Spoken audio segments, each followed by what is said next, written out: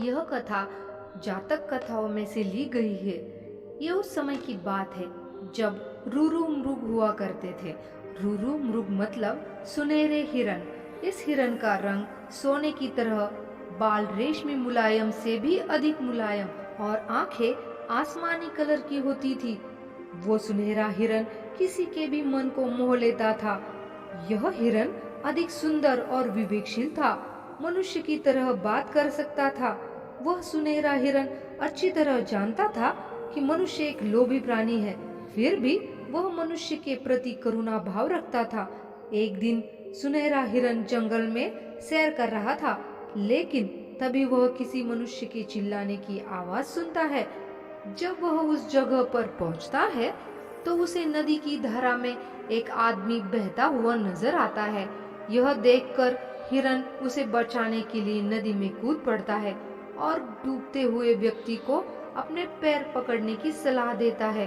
वह व्यक्ति हिरन के पैर पकड़ लेता है, उसके ऊपर ही बैठ जाता है। अगर हिरन चाहता तो उस व्यक्ति को गिराकर पानी से बाहर आ सकता था, लेकिन उस हिरन ने ऐसा नहीं किया। वह स्वयं तकलीफ सहकर उस व्यक्ति को किनारे तक ले आया। बाहर आते ही व्यक्ति हिरन को धन्यवाद कहता है। तो इस पर हिरन कहता है, अगर तुम मुझे सच में धन्यवाद कहना चाहते हो तो किसी को यह मत बताना कि तुम्हें एक स्वर्ण हिरन ने डूबने से बचाया है। अगर मनुष्य मेरे बारे में जानेंगे तो वे मेरा शिकार करने की कोशिश करेंगे। ये कहकर स्वर्ण हिरन जंगल में चला जाता है। कुछ समय बाद उस राज्य की रानी एक सपना देखती है जिसमें उसे स्वर्ण हिरन दिखाई देता है। स्वर्ण हिरन की सुंदरता को देखने के बाद रानी उसे अपने पास रखने की लालसा करने लगती है। इसके बाद रानी राजा को स्वर्ण हिरन को ढूंढकर लाने के लिए कहती है। राजा बिना देरी किए नगर में ढिंढोरा पिटवा देता है कि जो कोई भी स्वर्ण हिरन को ढूंढने में मदद करेगा उसे एक गांव और 10 सुंदर युवतियां इनाम में दी जाएंगी।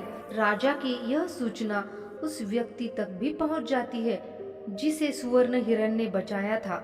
वह व्यक्ति बिना समय गवाए राजा के दरबार में पहुंच जाता है और स्वर्ण हिरन के बारे में राजा को बताता है। राजा अपने सिपाहियों सहित और वह व्यक्ति जंगल की ओर चल पड़ते हैं। जंगल में पहुंचने के बाद राजा के सिपाही मृग के निवास स्थान को चारों तरफ से घेर लेते हैं। जब राजा स्वर्ण हिरन को देखता है तो खुशी से फूले नहीं समाता, क्योंकि वो हिरन बिल्कुल वैसा ही था जैसा रानी ने बताया था।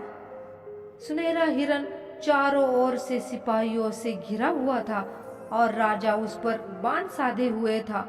लेकिन तभी हिरन राजा से मनुष्य की भाषा में कहता है, हे राजन, तुम मुझे भले ही मार देना, लेकिन पहले मैं ये जानना चाहता हूँ कि तुम्हें मेरी इस जगह का रास्ता किसने बताया। इस पर राजा ने उस व्यक्ति की ओर इशारा किया जिसकी जान मृग ने बचाई थी।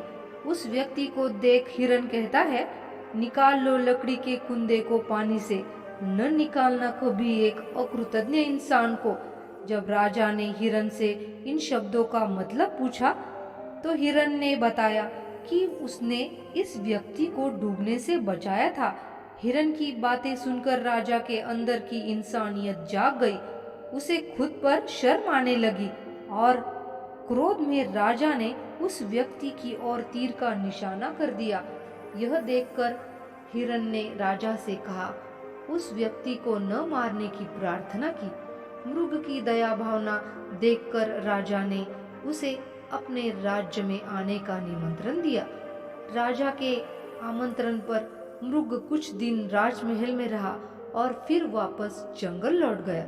इस कहानी से हमें यह सीखने को मिलता है, हमें किसी का एहसान कभी नहीं भूलना चाहिए, चाहे वो इंसान हो या जानवर।